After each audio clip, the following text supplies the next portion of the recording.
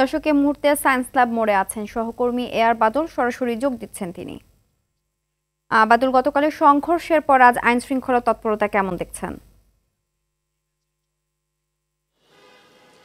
Cynthia, আইন শৃঙ্খলা তৎপরতা বেশ ভালো রয়েছে এই এলাকায়। এইটি সায়েন্স ল্যাব, সিটি কলেজ এবং ঢাকা কলেজ নীলক্ষেত এলাকা। এই এলাকাটি জুড়েই পুলিশের বাড়তি সতর্কতা রয়েছে, যে কারণে কোনো ধরনের সমস্যা আমরা এখানে দেখতে পাইনি। শিক্ষার্থীরা যে ঘোষণা দিয়েছিল সড়ক অবরোধের, সেরকম কোনো অবরোধ নাই। যানবাহন চলাচল স্বাভাবিক রয়েছে, কোনো রকমের যানজট এই এলাকায় তৈরি হয়নি।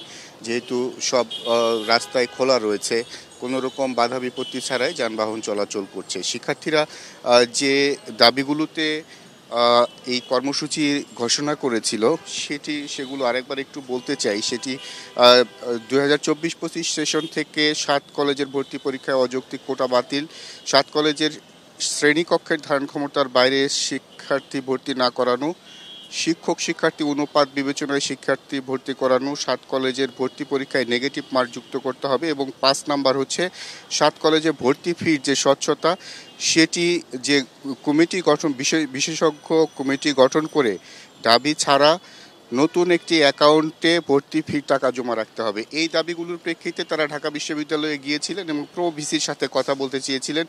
সেখানে তারা দাবি করেছেন যে প্রো ভিসি তাদের সাথে ভালো ব্যবহার করেনি। তারপরেই আসলে এই পরিস্থিতি তৈরি হয়েছে।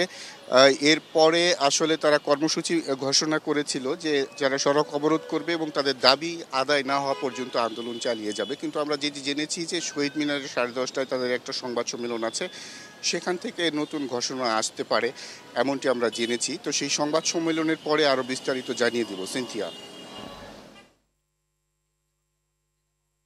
ধন্যবাদ।